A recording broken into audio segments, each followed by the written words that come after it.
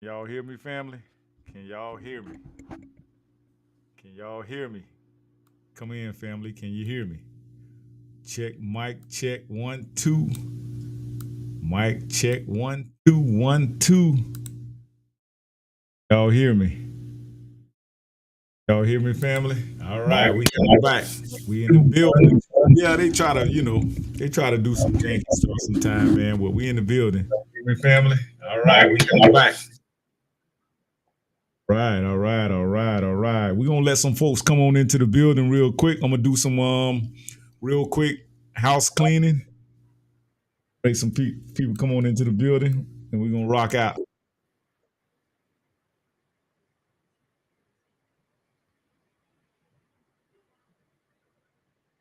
Oh yeah, it's time for the payback. Yes, sir. Time for the alpha male payback. Rock out.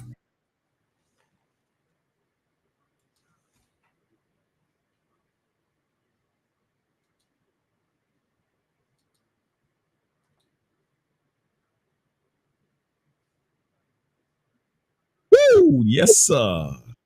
Y'all on into the building on this Urban Matters Black Media Group coming to you live right now. We tried to hit the 7:30 mark, but we didn't hit it. We're gonna start working on that, y'all. We gotta be on time. We gotta, especially when we're giving this war briefing. Come on into the building, man, and let's chop up some heavy game. Yes, sir.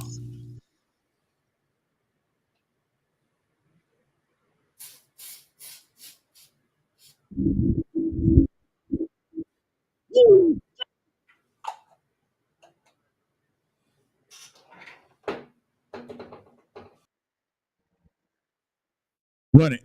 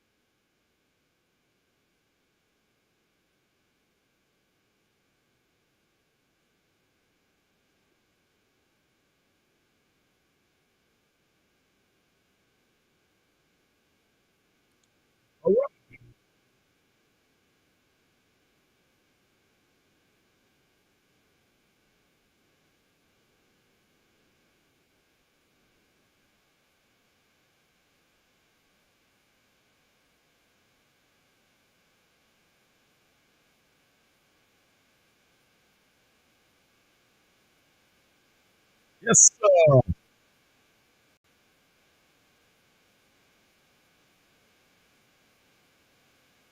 right, we in the building.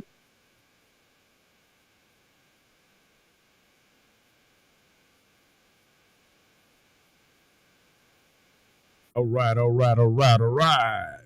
I am your gracious host, Dr. Juice, coming at you real live, real hot fire. Here we go. We're going to drop this hot fire on you tonight.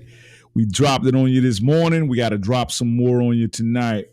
So, this is a war briefing. So, get ready to hear anything that may be out of the ordinary on this Urban Matters Black Media Group war briefing. And this is the new black media. This is how we are taking charge of our destinies. And we're no longer listening to fake news. We're no longer listening to white media. We're no longer trying to accept that. We had a bunch of trolls popping in on us last night. Professor, did you handle that trolling that was going on last night? First of all, hello, Dr. Juice. How's it going, bro?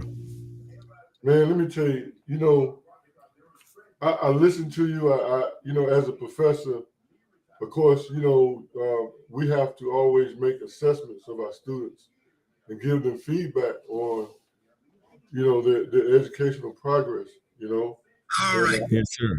And I don't know where, I don't care where I am, I'm going to always speak to your progress. And I just want to take a few minutes to speak to your progress. Man, you've just really grown. You've expanded your knowledge on your passion for data, man. And when I first talked to you about that, I knew that giving you that knowledge along with the fire that just keep burning in you, that has really created an amazing thing along with the ancestors behind you. So I just want to commend you, on that part of it. And I just want to add one other thing while you wait on your folks. You'll like this economical statement. You're so into group economics, and I want to just take about 3 minutes to really give you a good appreciation of group economics. Do you mind? Go ahead. No problem. Absolutely. So when we have conversations, it's a term that I want you to start thinking about. Okay, and of course we'll go through it. But think about this in your conversation. Think about the term quantitate. How do you quantitate your value? And that's going to be an important concept, and it's going to really, really make sense. It probably makes sense now, but even more and more. And what I mean by that is, you always want me to say something about history. So let me say something about history quite briefly. And I'll sum it up this way. It's unfortunate that Black Americans, foundational Americans, we're not a valued labor force anymore. We became obsolete in the 60s. We became obsolete when they told us to go to school, get a good education, get a good job. Now, the problem with that concept, they didn't tell you to make your own job, as you well know.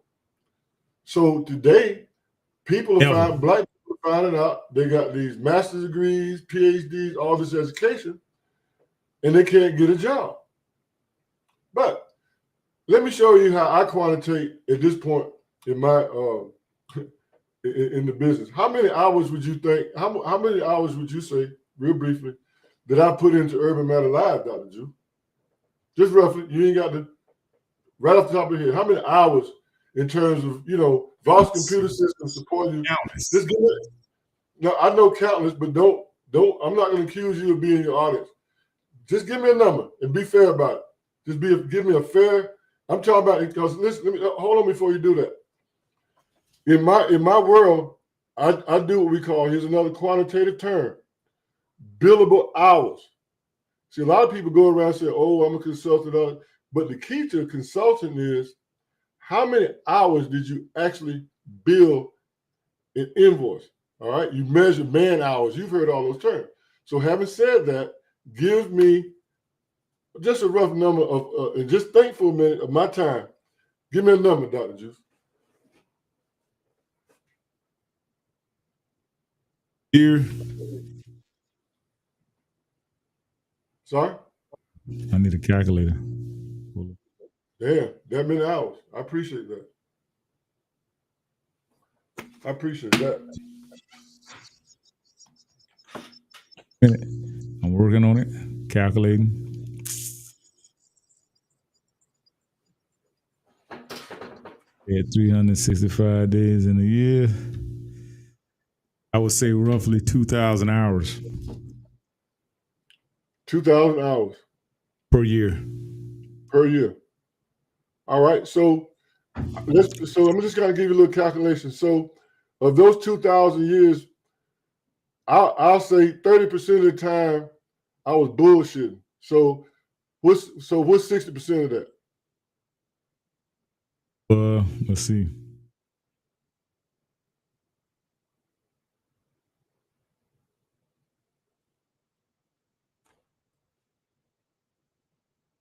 %60 of that is roughly. Can you hear me? Go ahead. I'm listening. Take your time.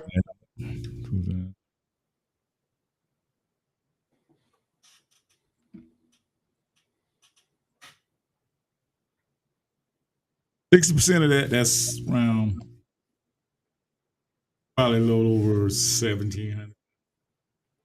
All right, 1,700. You ready? Is that okay? I'm going back. I don't care what number. I'm gonna keep going. I don't want to hold up the show. I'm doing something. 100 hours. 1,700 hours. We grew up. All right, 1,700 hours. All right. So you remember I had this concept. We talked about time and how you measure. You know, I'm an investigator, so time has so many different meanings. So here we go. In the mid 2000s, I would say I was working for KPMG. I started with KPMG around 2006. Yeah, 2006. Okay.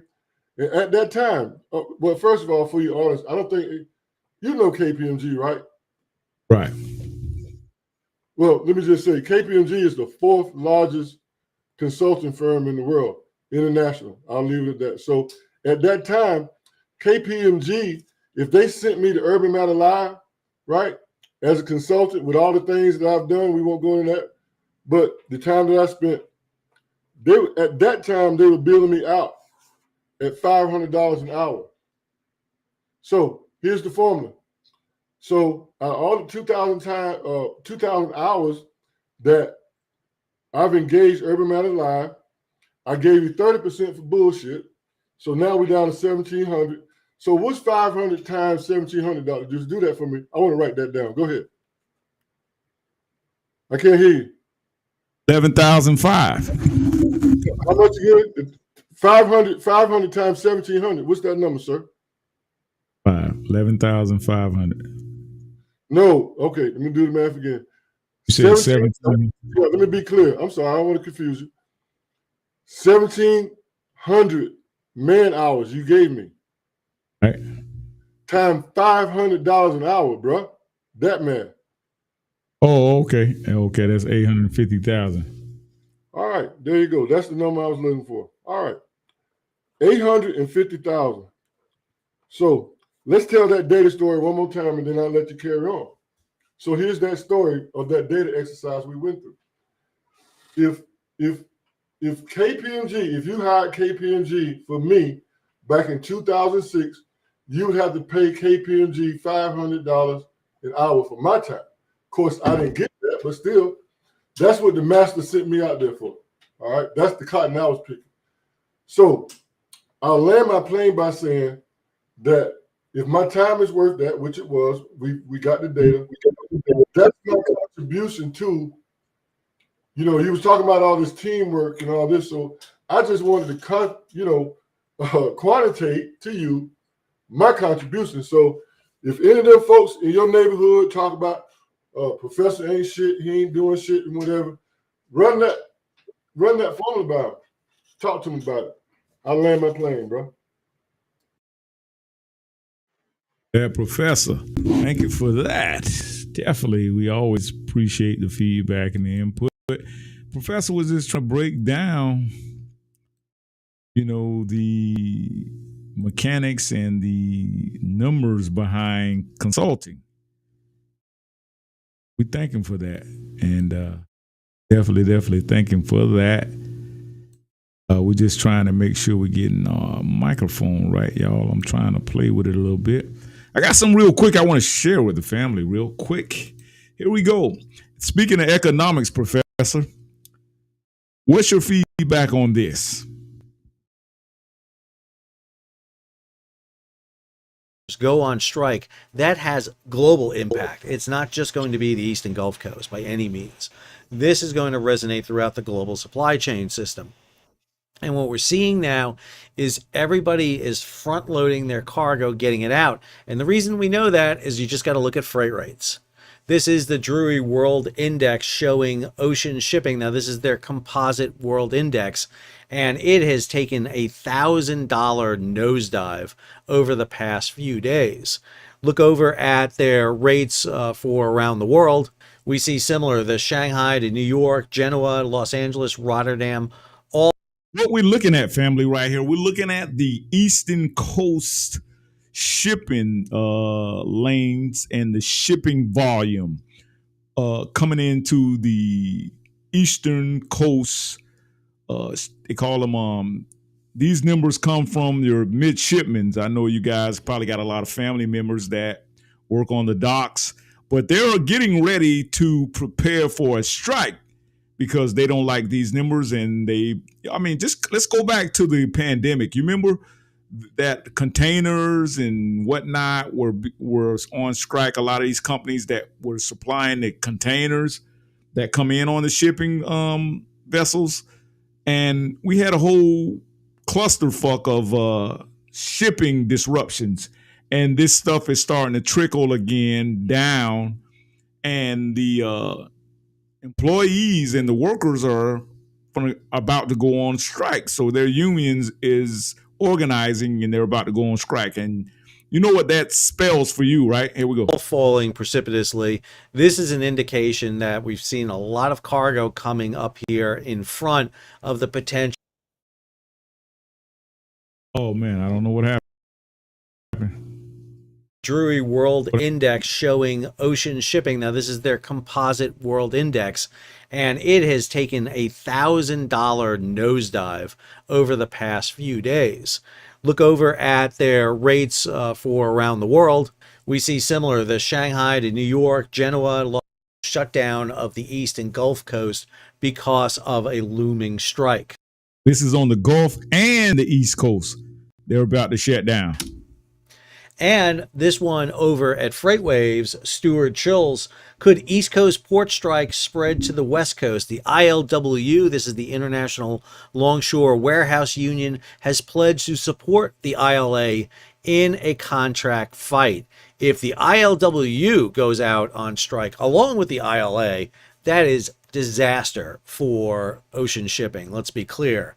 So much of goods come in and out of the United States that if you shut just one port, it has impact. When Baltimore shut down, Baltimore deals with 2 to 3% of U.S. imports, exports. If we start talking about New York, New Jersey, Charleston, Houston, Savannah, L.A. Long Beach, Seattle, Tacoma, Virginia, this is going to have catastrophic impact on freight and shipping. It's going to cause ripples across the entire supply chain. And if you have been following this story, if you look at the ILA and their president Daggett, I mean, they are talking repeatedly about this. And when you delve into the stories, we start to see the facts. This story from one of Mike Schuller's: should a general work stoppage occur on the U.S. Gulf and East Coast, even a 1-week shutdown could take 4 to 6 weeks to recover from, with significant delays. Delay definitely will hit the streets on October 1st. They are not kidding. This is something that should be of paramount importance. We are talking about an event that's maybe 2 weeks away, and there has not been any intervention by the federal government to talk about a labor rectification of this. they're not even negotiating at this point. And if the East Coast, West Coast ports, now I will note that the ILA does not represent every terminal and port. They are not as all encompassing as the ILWU on the West Coast, but it doesn't matter. If a few ports walk out on the East Coast, you're going to have havoc. And this has the potential to be the massive disruption on a scale we haven't seen in a long time. The ILWU and the PMA were going back and forth forever. The ILA is using language that they are adamant. It sounds like they are walking out on October 1st. And it doesn't appear that everyone is worried enough about it. And you should be. Everybody should be worried about this. Because I think Daggett, and if you look at Daggett, I don't think he's kidding. They're going to walk on October 1st. And everyone needs to get ready for this. All right. Hopefully we get a better story number 2. Story number 2 is a reshoot. If you follow this channel, one of the things is that the top 10 ocean carriers in terms of containers control 85% of all the capacity at sea. Those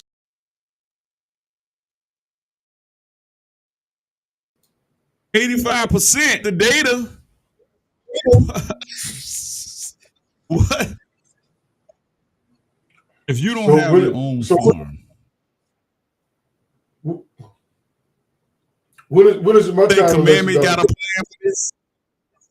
Dr. Juice, what is my time relation? Y'all, the white. Wait a minute now. Be fair, Dr. Juice. You let the white let the white professor say what he got to say. I got something to say about that. And I hope you got something good to say, Professor, because the average person, they ain't even ready for what's about to happen. Well, hold on, Dr. Juice. Let me just allow me to give my version of it. Are you ready?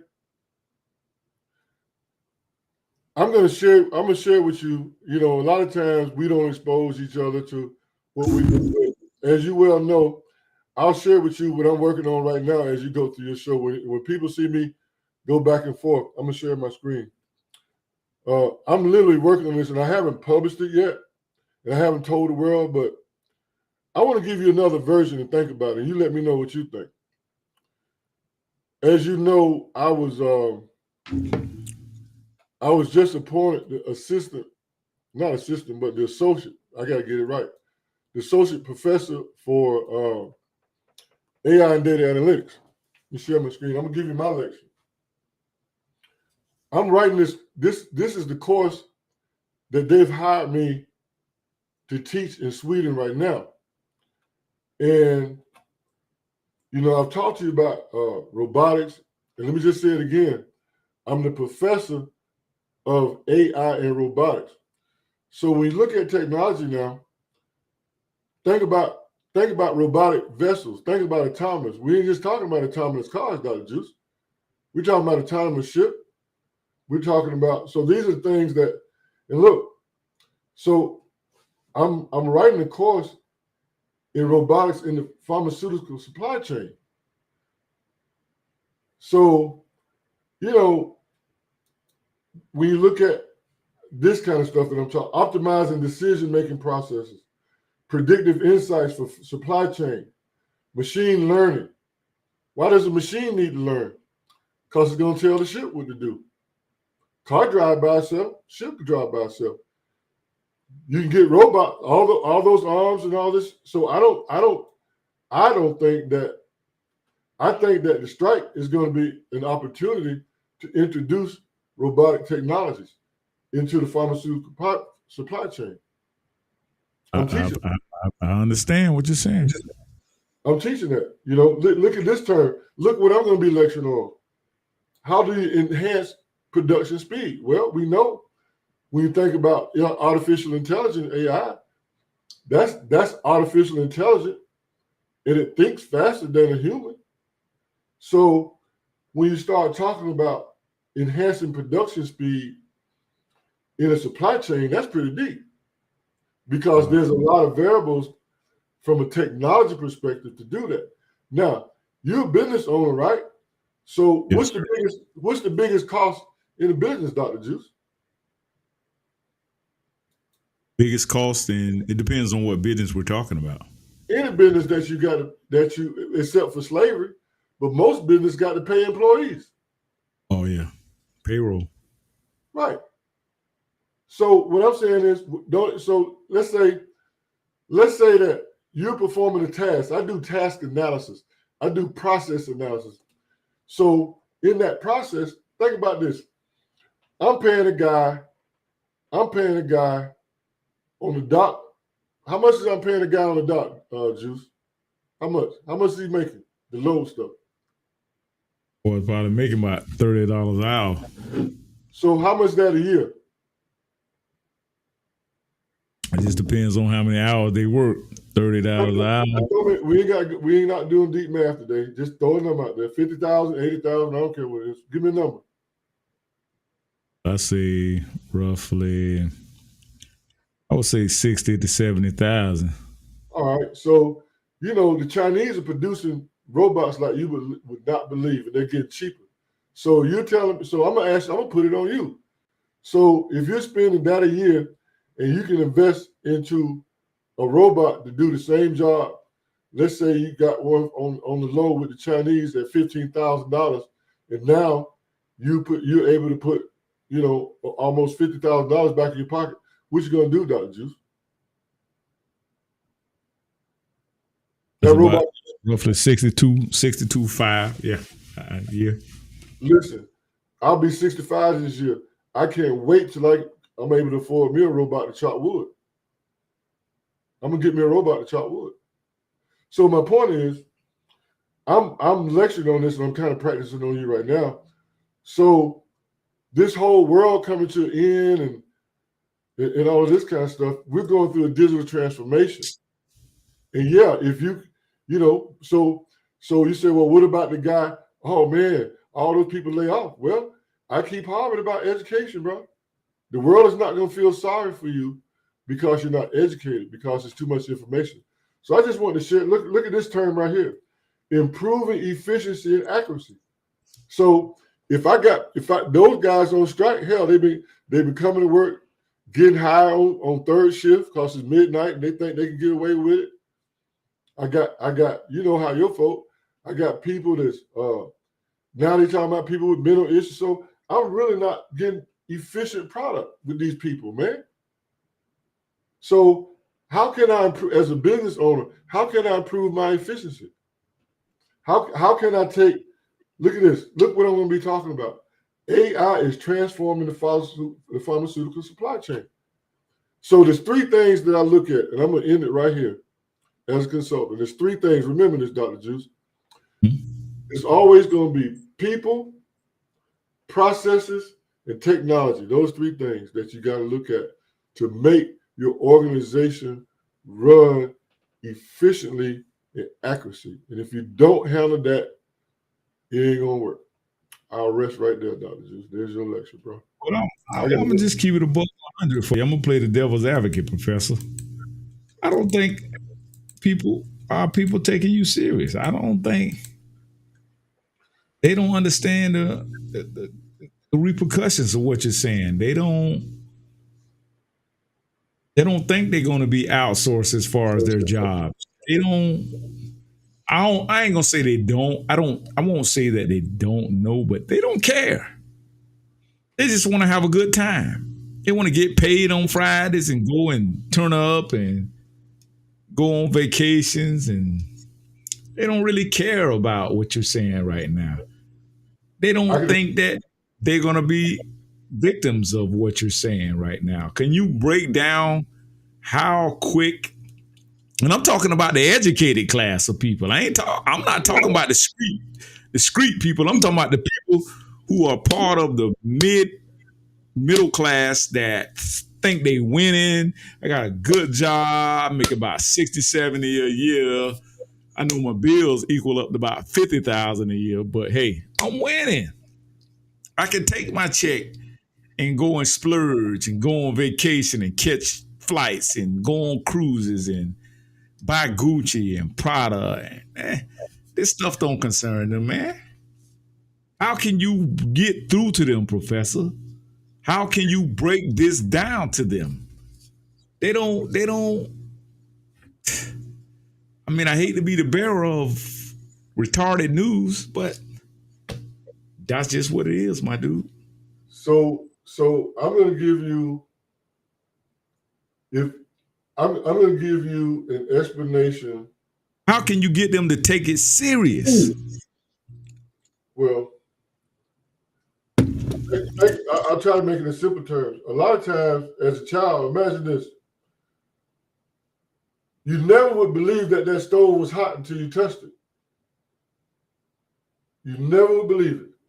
They kept telling you, "Okay, little juice, that stove hot. It's hot," and you just, for whatever reason, I don't. And there's a psychological phenomena behind a human being going through that process. We've all gone through that. You know, it's a famous parable story. You know, we use it all the time. You never know that stove is hot until you touch it, bro. So to answer your question, sometimes reality can only be the best teacher. And reality is real. I'll give you an example. Our ancestors was brought to Central Florida to pick oranges. We were the labor force. See, land by itself, those oranges wasn't worth nothing unless somebody picked those oranges off the tree. Nothing. Even the land was worth nothing. But what made out where we grew up, what built the wealth in Central Florida was oranges. My ancestors, your ancestors, we weren't brought to Central Florida to own an orange grove. I think they tell me some black people own it now, but I know for a fact they're back during Reconstruction. There is history where there were black people that owned big orange groves over in the Pasco County area, where Rosewood. You remember Rosewood was over that part. So black people did own orange groves back then, but not under Jim Crow like that. So my point is now, how many black people do you know that pick oranges? And then now people, they can't believe it. So reality, in a lot of cases, have to really set in. And I'll add to that, I'll put my psychology and behavioral science hat on.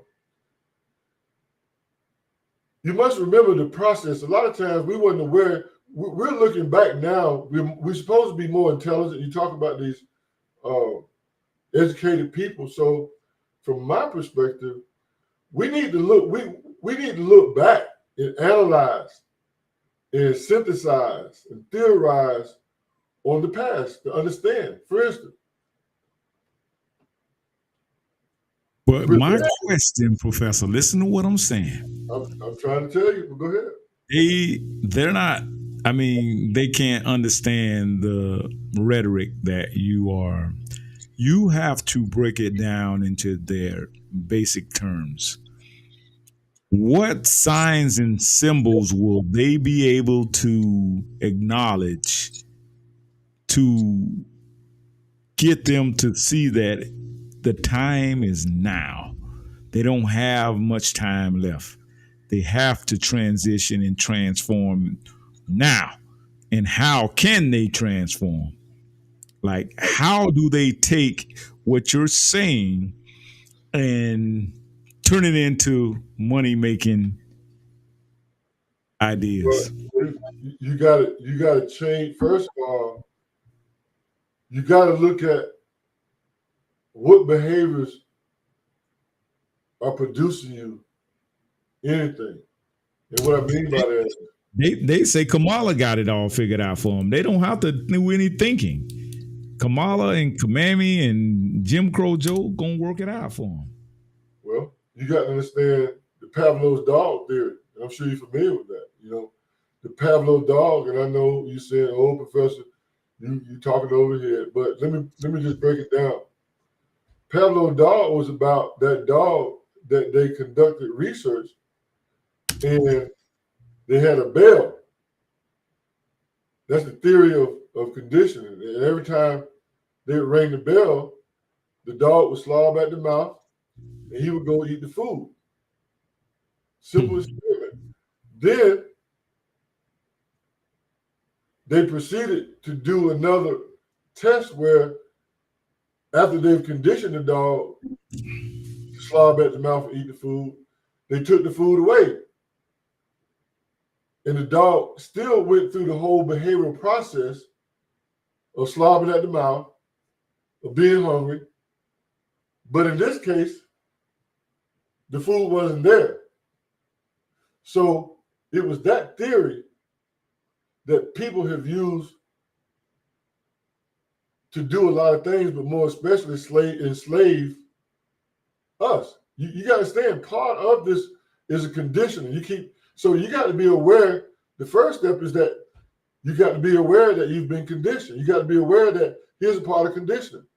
You know, condition is vote blue no matter who.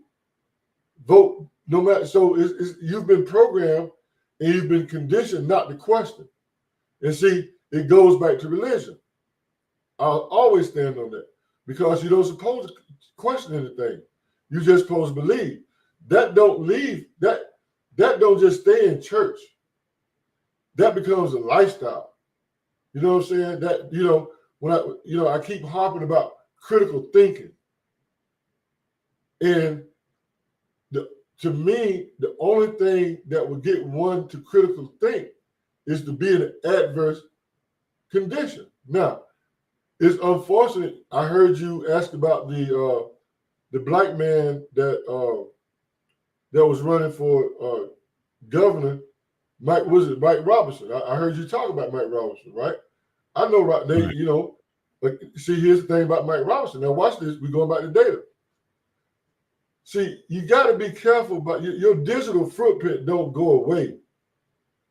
You might want to fact check and find out when they found that, but they dug back in his digital footprint. Or at least this is what they're accusing him of. We're talking about, I do digital evidence. So let's talk about digital evidence. Okay? They went way back somewhere where they're accusing him, allegedly, to have said that he's a black Nazi. They found that somewhere on the internet. So, and they found some other things. That's what the whole scandal is about. But I know what he was trying to say. And people have been saying it a different way. In order for us to do what you keep saying to do, you're going to have to be conscious about thinking about what you're doing. Thinking, as you young people would say, how about this, Dr. Juice? I'm gonna imitate Dr. Juice, bro. You got to think about how you move, bro. You moving blind. Does that sound like Dr. Juice? You can't see. You moving in the dark, bro. I think that's what Dr. Juice would say. You don't see nothing. And you're going to bump into something and bust your ass, bro. Did that sound like Dr. Juice? That sound like Juice, man. You got to be, what Professor is trying to relate to you is that he's trying to break it down fundamentally. Dr. Juice don't really have a whole lot of patience like the professor. And I used to, man, have patience. I used to have all of that, Professor. But I'm telling you, man, it's like the more you patient with these rascals, the more that they make excuses. You feel what I'm saying, Professor? So I'm the type of person, I'm like, at this point, bro, we don't have the time to be tap dancing and shit with these guys and these ladies. Ladies and gentlemen, the time is now. If you don't act now, your kids and your loved ones are going to perish. Especially with the political leadership that we have in the White House in Washington right now, they are completely clueless on how to run a country. And you can take that for what you want. You can say, hey, Juice saying that because he just a Trump supporter, he just a Republican, he is whatever. You can listen, you can say whatever you want to say. But one thing you won't say, that Juice is a liar. Okay? If I'm lying, come and debate with me. I'm telling you, you don't have much time. And if you're not thinking about your finances right now, you are completely screwed. And just to show you what I'm talking about, I want y'all to give me some feedback on this right here. Because you know me, I like to have the receipts, Professor. You know I like to have the receipts, man. You're my favorite. You one of my favorite students. I like to have them receipts for their asses. And I'm gonna see if y'all understand this on the screen that's gonna get ready to pop up. And what this means for you. Because all the big banks, they're taking advantage of it. They're taking advantage of it as we speak. Who even knows what the Federal Reserve is? Some of us do, but I guarantee you about 20% of the people that's watching this right now understand what the Federal Reserve is. Let's go to the New York Times. Let's go to the New York Times article right here, Professor. Go to it. Let's go to it right quick.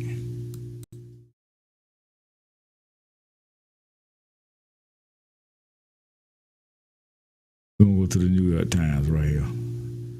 I got to do this, Professor. You know what I'm saying? Because if I don't do it, the digital evidence won't be here for us to come back and check it out later on.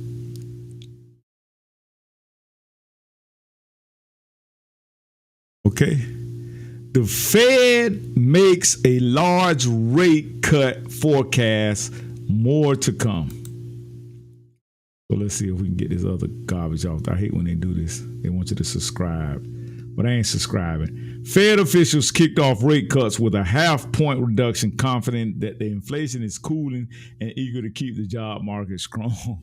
So what they're not telling you right now is that the job market is collapsing. That means there's fewer jobs out here. And so they've been screaming, the job numbers. And Kamala and Joe came out and said they had created so many jobs, 800,000 jobs, since we've been in office. And it's a lie. A damn Uber and an Uber Eats job is not a freaking full-time job. So you got 1.5 million people out here doing Uber Eats and doing damn DoorDash. That's not a real job. That's not real. So what happens is when you don't have enough jobs supporting the economy starts failing. The economy fails, then banks fail, then Americans fail. That's why you need a plan. Professor is sitting here trying to tell you better get some type of skills under your belt that can help you survive tumultuous times. Let's go back to the pandemic. The pandemic, everybody was hurting. Everybody was laid off. Some people lost their jobs. The economy slowed down. Family, you gotta get this, man. I'm telling you, they playing and they're lying. They are lying. The Fed whenever the Federal Reserve makes a large rate cut, that's because they are scared and they don't know what the GDP, gross domestic product numbers are gonna look like. Do you understand this? You don't have time. Don't go on that vacation this year. Put up for hard times right now, please. We're about to go through another pandemic. The pandemic is going to come this winter. You ever heard of a blue winter? You're gonna get one. I guarantee you, and I guarantee you won't be an election this year because the economy is gonna turn. We're gonna have wars. Professor, pull up that article about over in what's going on in Israel, how they're exploding walkie-talkies and radios, and kids are dying. They are literally killing off kids. And you around here worrying about turning up. It's Friday night. I guarantee somebody out right now blowing money. I guarantee it. And you're right. That's your prerogative. You can blow all the money you want to blow. You can blow all the money you want to blow. That's, hey, listen, I don't care. But I'm telling you, you're going to be on the bottom. That's why they're bringing all these immigrants here to replace your black ass. They're not worried about you anymore. And I'm talking about the political party you vote for. And we know the Republicans don't give a damn about you because they don't even campaign to you. We are at war. That's why the title of this video, this broadcast, is War Briefing. I'm tired of playing, man. These young jits get it, man. These young folks get it, man. It's you 50 plus jokers that's out of touch. It's you 50 plus jokers that's fun to lose. These kids know how to work technology. Yo, you don't. Your old decrepit ass don't understand technology. You don't. And then you mad at Juice because I'm putting this stuff in your face, and then you mad at me because why? Because you don't want to be a critical thinker. Because you don't want to be an intelligent, intellectual thinker. So you get mad at Juice. Oh, you putting all this stuff on you. You a conspiracy theorist, Juice, and you a Trump.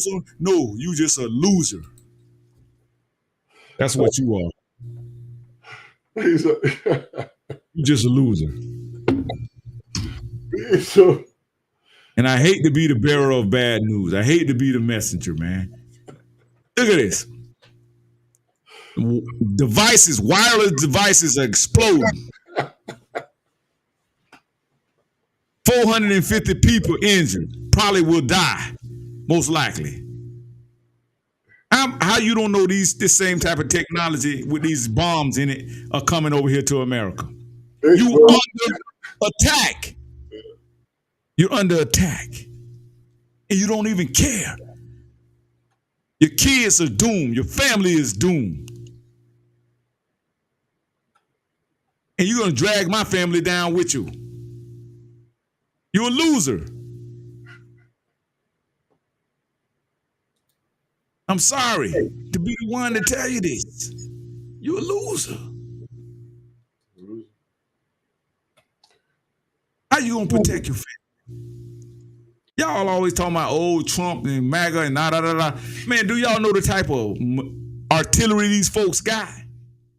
And you running around here with a rusty ass 38. You running around here with a rusty ass damn Mike 10 from 1992. You're doomed. You're not ready for war. How are you declaring war? You remember that game we used to play, Professor, with the cards? I declare war. You remember that? You remember we used to have a card and we used to play war? I declare. I'll try to get some work done. I'm bro. Listen, I'm done, bro. I'm done.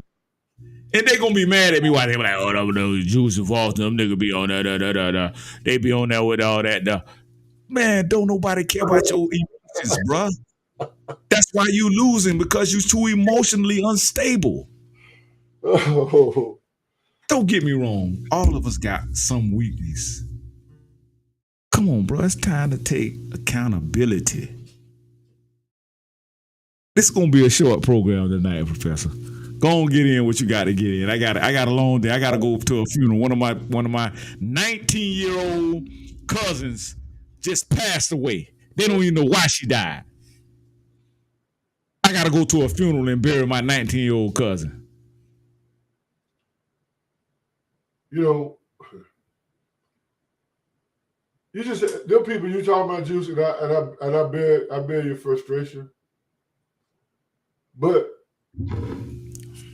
I guess because I'm getting older and I try to manage my blood pressure, I would just have one simple question for these people. What are you doing for the culture? You know, you got all these things to say. I just showed you. You calculated that and you agreed that I contribute $850,000. I was able to quantitate that value. So these people, you have to ask, what are you doing? Or do you want to do anything? Because let me tell you something. And I understand your passion, Juice, but it's going to hurt you, boy. It's going to hurt you so hard to see these casualties, man. It's nothing.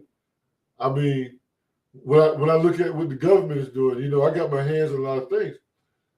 As far as the government is concerned with black people, anybody that's above third grade, they've written you off. If you're above, you on your own. You really, seriously, as far as the government is concerned, and that you got to understand how the government think. And it's unfortunate that, you know, you got to understand how European, you know, we don't think like that, but they think like human cleansing, you know, all this, you know, we'll set things up, you know, when you talk about policy, you know, we don't have discussion. I would love to have intellectual discussion about policy. You know, you're very kind to talk about my PhD, but I have a master's degree. My master's degree is in public and business administration. I do policy, bro. And then you have to look at what I call policy design. How is policy design that impacted us? And I'm just telling you again, and I'll end like this. You got to understand the first policy. You had to have a policy to make this money like these people. Think about it. And I hate to try to think like white folks, but the land wasn't worth nothing without slaves. So I can just imagine these white folks, because I read the history, how they sat down and they designed a policy that involved you so that they could make money. You wasn't, and people got to come to the reality of that. And the first policy, number one, the first policy was based on religion. They justified treating you like an animal as property and all of this kind of stuff based on Christianity. Go read that. Now, when some of the other people, and I'm trying to make it short, they're saying, well, you know, that's when the abolitionists, because something deep down inside with them said that these people are human beings. They shouldn't be treated like animals. They shouldn't be killed like roaches. All these horrific things. So they said, okay, we get. They said, okay, we got, okay. So then what they did, they attacked your physiology, right? They attack your mental capacity. They say, okay, fine. Jesus didn't say, you know, slave be your master and all that. We kind of, they ease up off it too bad. They just regulate it. But then they went to your mind to still justify and write policies saying that you didn't have the mental capacity to do this and do that and do this. See? Policy. I can talk about those. Those were policies. And all I'm saying is, I feel your pain. And I'll end by saying, all you want to do, where's a policy that affects us? Because this land, this American soil, wasn't worth nothing had it not been for black slaves, bro. You couldn't grow shit by yourself, and they wasn't trying to grow nothing. So I'll rest on that, Doctor. Just keep up the good work, man. I feel my days been like, I felt like an old sweaty slave, been out working out there in that fruit grove with that yoke sack around my neck all day. Right. Correct. And I'm gonna end on this right here, man. Let's see if I can pull it up. I'm gonna end on two notes tonight. Two notes. I'm gonna end on two notes tonight, and I'm gonna take it. I'm gonna take it home.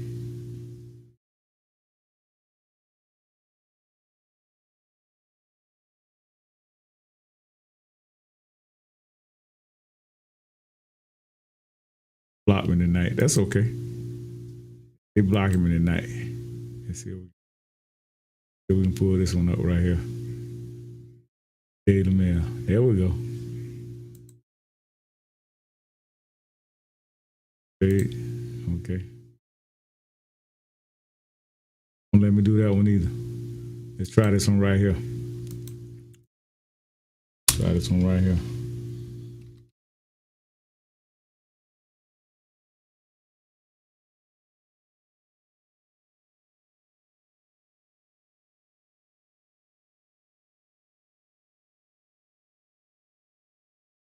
Watch this here. Right here. I'm gonna just pull the title up so you can see it for yourself.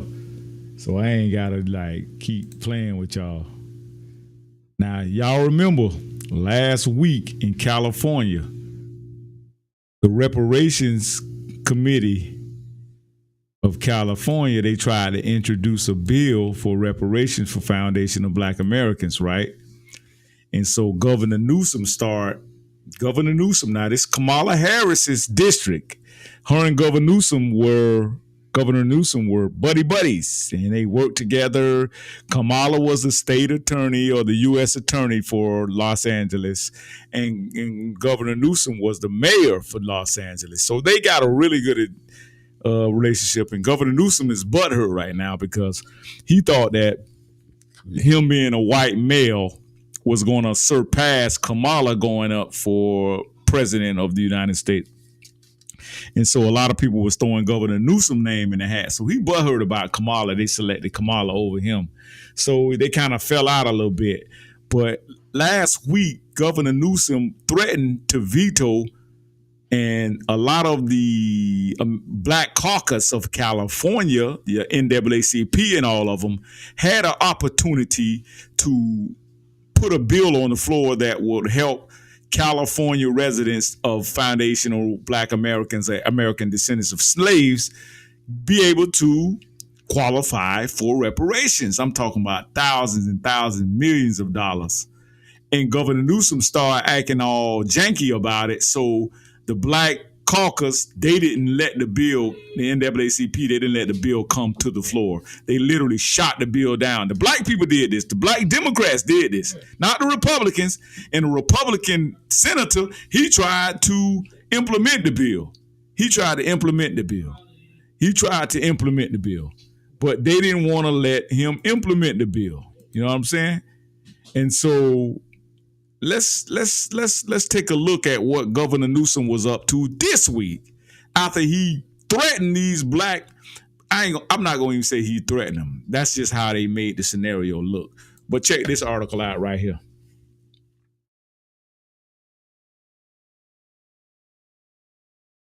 Can y'all see that? Can you see that, Professor?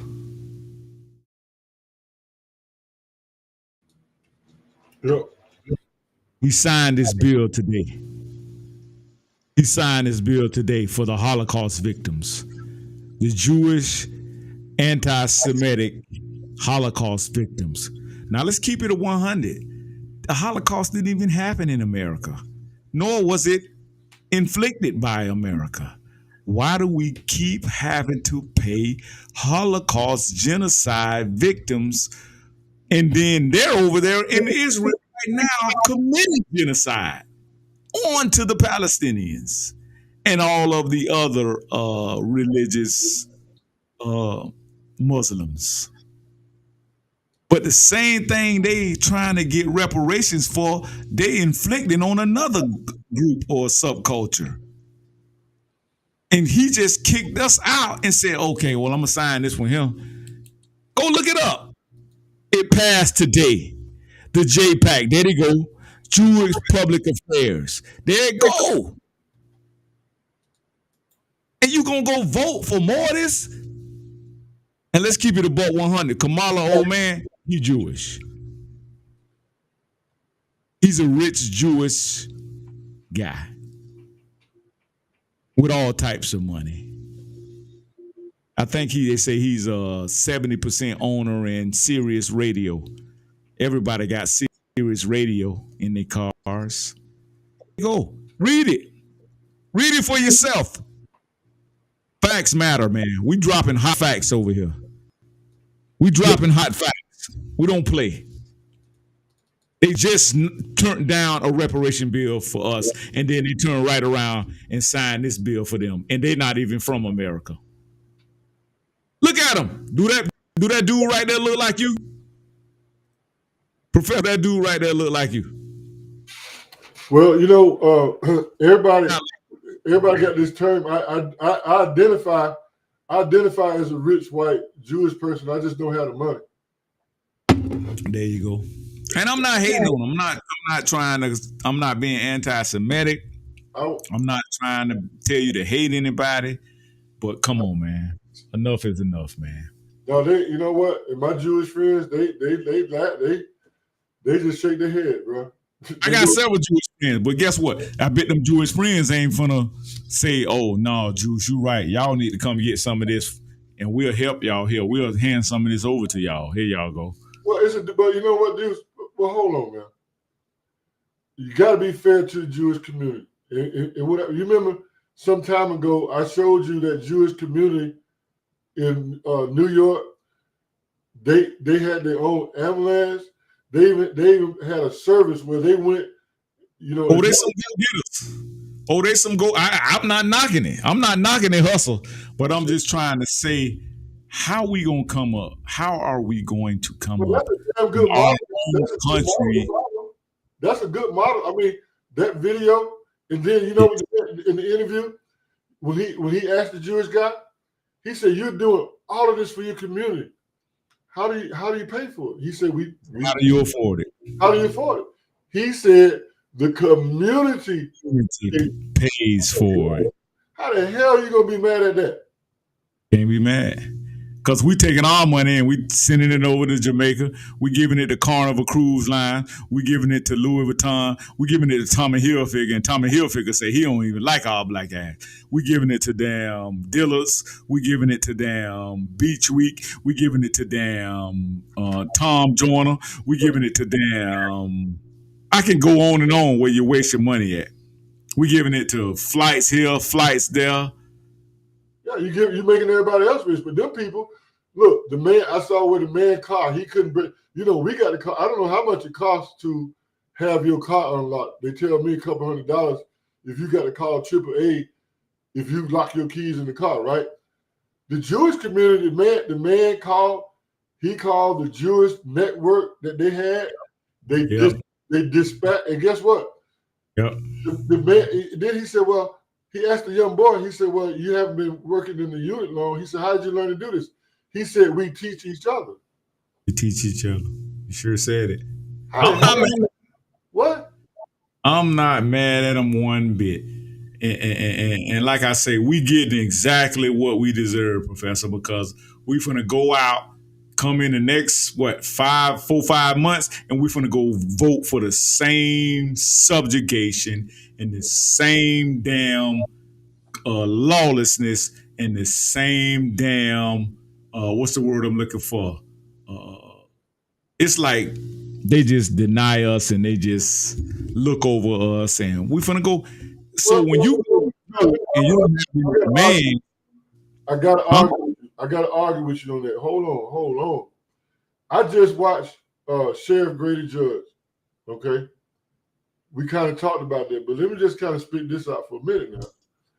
See, this goes back to accountability.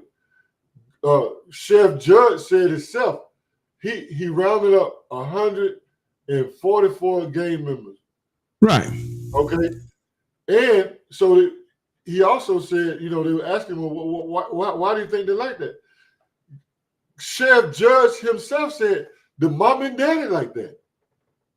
He said it a little bit more professionally, but his point was, it's generational. It is not law enforcement job to impact your economy. Law enforcement job is to enforce the law, but I will give Sheriff Grady Judge, he goes beyond that. Because I know some sheriffs around the country wouldn't even do closer with Sheriff Grady Judge doing, especially, and he has a very high tolerance for foolishness. Because I know some sheriffs, they wouldn't play the music. You think you're in slavery. So you know something else? I'll tell you something. I'll tell you something else, Juice. Now watch this. What term is this Sheriff Judge in? I'm not real sure. I gotta check that out. He's got like 2 more years in this term. He has been in office forever. This might be, he done broke all kind of Sheriff Judge, he done been elected like 7 times. He might be going for number 10. That man is because that man has a good heart. But let me warn you something. You better be careful. You don't know who's going to take his place. And you know something else? I don't understand how the man is passionate, one thing, but, one day Sheriff Judge ain't going to be there. And you got to understand something. The sheriff is the most powerful law enforcement agency in that county. It's county and it's local. So, you might have enough, you might, from a political perspective, because it's an elected position. So, with all this gang stuff and all this, Sheriff Judge said, man, you know what? I'm done with this. Here we get. You don't know who you're going to get. You might get somebody that's not going to work with me, Reverend Ham Hock and Reverend Chicken. Because you know why? Again, from the community, you cannot govern yourself. In one black folks, not even, like what you just said, they don't even understand the dynamics of what you just said. Man. They thinking, it's going to be all right. We can get somebody like y'all claim a MAGA sheriff or something like that come in here, what y'all consider to be MAGA. Me personally, I think the Democrats way worse than MAGA, but that's just my perspective. Because I ask everybody time and time again, tell me what racist laws Trump got on the books, and I can tell you I can match 5 racist laws that Biden got that's undermining black society. I can name several policies Kamala has on the book that undermines foundational black Americans. I look for it with Trump. I can't find not one policy. So, like Professor said, you can get somebody in there way worse because you don't even know what systemic racism look like if it slapped you in the face. And it slapped you in the face for the last 3-4 years, and you're clueless right now. You know what they're going to bring up? You're suffering. They're going to say she can't control crime. What? She can't, and she used to be a law enforcement officer. Well, I don't think she's sold out. I don't think none of them can until they apply technology. They're going to use technology. You need to look at what China. You need to look at what China is doing to manage and govern their population. That's a communist country, and they off the chain with AI. And these people are going to use AI and robotics for law and order. I don't care what part it is. Listen, family, you see the QR code in the bottom. We're trying to build this platform so we can inform it. You can be around here on some goofball shit, watching football, and you could be at the game. Probably a lot of people at the game. I not come on now. My brother's a football coach. They out of town tonight, but I support local football and all of that. But all this goofy stuff you own, man, and you trying to waste money, and you worried about games and basketball season and football season, and you worried about going on that trip tomorrow and this and that, man. You got bigger fish to fry, man. So, hey, you can ignore this information we give you. Like I said, I don't have to do this, man. I do this because I love y'all, and I'm trying to make my grandkids have a better place where they can be, technologically savvy and be ready for the future. The rate we going, shut the hell up complaining, okay? Because if you're not tuning in to Urban Matters, if you're not hitting that QR code at the bottom of your screen, if you're not taking this and liking and sharing, and I hate to be so direct with y'all, man, but man, I run out of patience. I'm not a real patient person when it comes to grown folks. Now, children, I'm completely patient. I can deal with kids all day, but 50 and 60 plus and 70 plus year old buck broken and memorized men and women, ladies and gentlemen, I have no patience for just retardedness and just lack of intelligence. We have way more intelligence than we have. And listen, by the time it's over with this platform, I guarantee you, we're shooting for the stars. The professor, me, and a lot of black men that's starting to stand up. That's what y'all ain't used to. Y'all ain't used to black men standing up and saying, hey, we taking over. We got political maturity. We're not going out here. We're not voting for nothing this year. We're not going to continue to be democratic. And these people get to ignore us. These people get to deny us, and they get to just basically abuse us and just, I can't take it anymore. I can't, Professor. And so we're gonna teach these younger folks and let these older folks die off, man. And for Professor, I salute you because it's very rare we see a guy your age that's tapped in and tuned in like you are, Professor. And I just want to thank you for your education. I want to thank you for contributing your education back to the community. And that's how.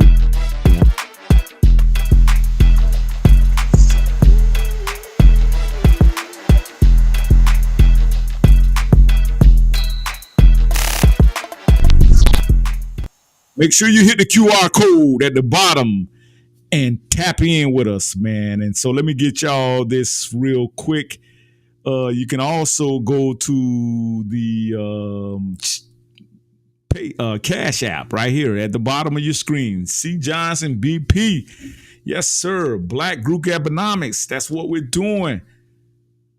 Who can tell me what Black Group Economics is?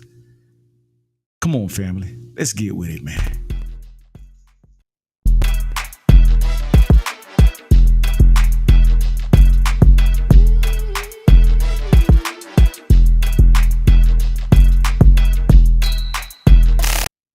All kin folks ain't